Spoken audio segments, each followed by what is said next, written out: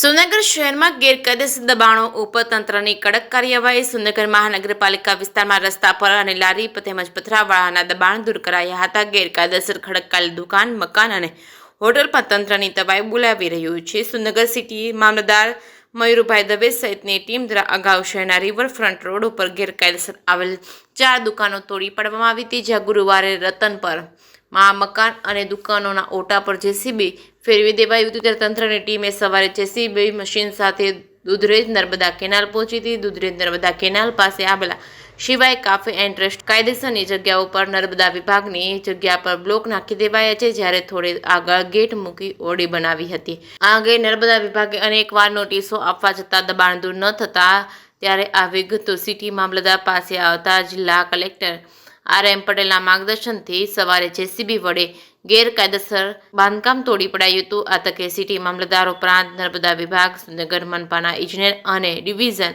અને A division police staff હાજર રહ્યો હતો. જે કેસરી ગુજરાતી સાથે મહેશ ઉતરિયા, સુરેન્દ્રનગર.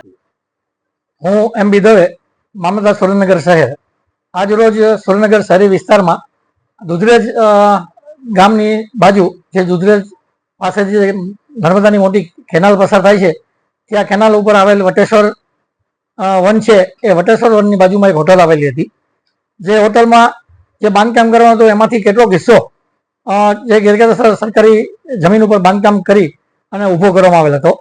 એટલે નર્મદા વિભાગના રિપોર્ટના આધારે એમને પહેલા અત્રેથી નોટિસ આપવામાં આવેલ અને એમને સચિત બાંધકામ દૂર કરવાનું કહેવામાં આવેલ હતું. ત્યારબાદ એમના તરફથી કોઈ જવાબ કે રિપ્લાય રજૂ ન થતા આજે એ બાંધકામ દૂર કરવા માટે કાયદેસરની પોલીસ તંત્રની, નગરપાલિકાની અને આની ટીમ દ્વારા, નર્મદાની ટીમ દ્વારા મામલતદાર કચેરીની ટીમ પણ સાથે રહી અને એ અનધિકૃત બાંધકામ જેટલું હતું એ આજે દૂર કરવામાં આવેલ છે. અને સામેથી પછી ત્યારબાદ એ બાંધકામ દૂર કરવા જતાં જે હોટલવાળા હતા એમના તરફથી પણ અમને સપોર્ટ કરવામાં આવ્યો હતો અને આ બાંધકામ કોઈ પણ જાતના સુલેના ભંગ વગર શાંતિથી એ બાંધકામ દૂર કરે અને જમીન ખુલ્લી કરવામાં આવી છે. હજી જ્યાં જેમ જેમ આની યાદી રજૂ થતી જશે પોલીસ સ્ટેશન તરફથી, તેમ એ લોકોને સૌપ્રથમ અત્રેથી જે તે ડિપાર્ટમેન્ટ તરફથી નોટિસ આપવામાં આવશે. માનો કે નગરપાલિકા વિસ્તારમાં આવતું હોય છે તો નગરપાલિકા તરફથી, મહાનગરપાલિકા નોટિસ આપવામાં આવશે.